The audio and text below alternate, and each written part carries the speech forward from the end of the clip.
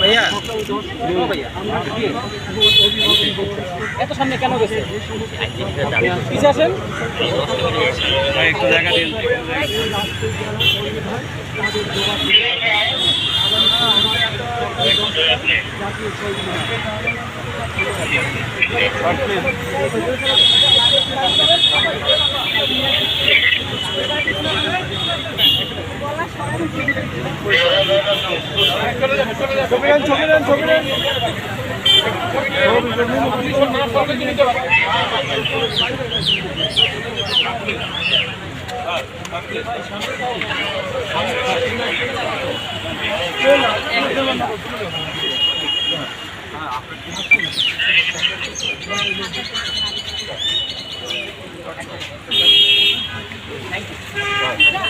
না করতে দেওয়ার জন্য না করতে দেওয়ার জন্য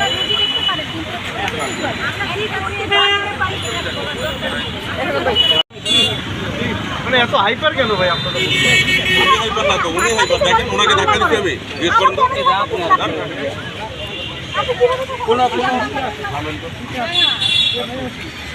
আমিও খেয়েছি, কি হয়েছে তার?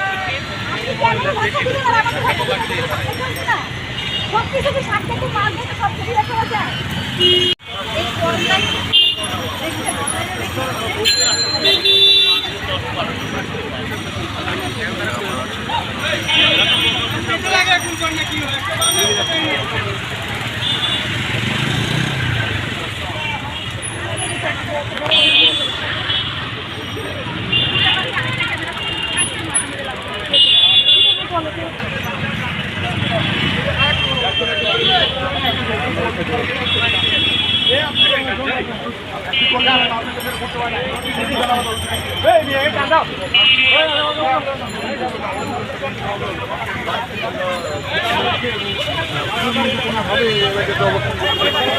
অভিভাবকবৃন্দদেরকে তাদেরকে আসলে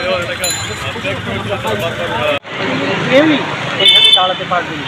আমরা তাদেরকে বলেছি যে আমরা 10 মিনিট দাঁড়িয়ে আমরা আমাদের আহত সন্তান কিংবা মানুষের কাছে যাব। আমাদের সাথে অনেক ডাক্তার এসে হাজির হয়েছেন, তাদের খোঁজ খবর নেব। আমরা প্রয়োজনে তাদের পাশে দাঁড়ানোর একটা উদ্যোগ গ্রহণ করবো। এই জন্য আমরা আসলে এই মৌন সমাবেশ দেখেছি। এইখানে আমরা কোনো মাইক রাখি নাই কিংবা অন্য কোনো আয়োজন রাখি নাই।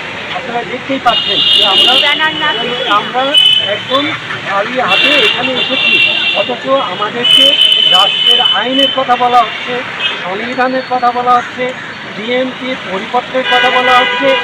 যে রাষ্ট্র এই আমার সন্তানকে এইভাবে হত্যা করে মারতে পারে সামান্য একটা অধিকারের আন্দোলনের জন্য, দুনিয়াতে আর কোন রাষ্ট্র আছে জঘন্য যে তার শিক্ষার্থীদের উপরে এইভাবে গুলি চালাতে পারে, এইভাবে দলীয় বাহিনী দিয়ে লেলিয়ে দিতে পারে?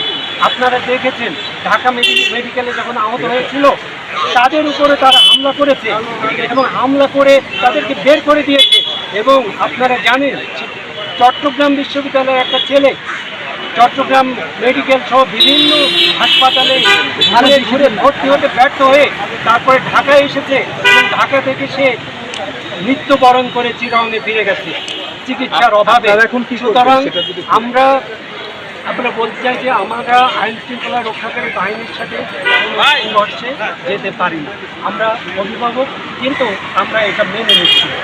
আমরা মনে করি রাষ্ট্র যে আজকে আমাদের সাথে যে আচরণ করেছে, সে আমাদের ছাত্রদের, আমাদের শিক্ষার্থীকে হত্যা করেছে, সেটারই বৈধতা নির্মাণ করলো। এটা আমাদেরকে এখানে না দাঁড়াতে দিয়ে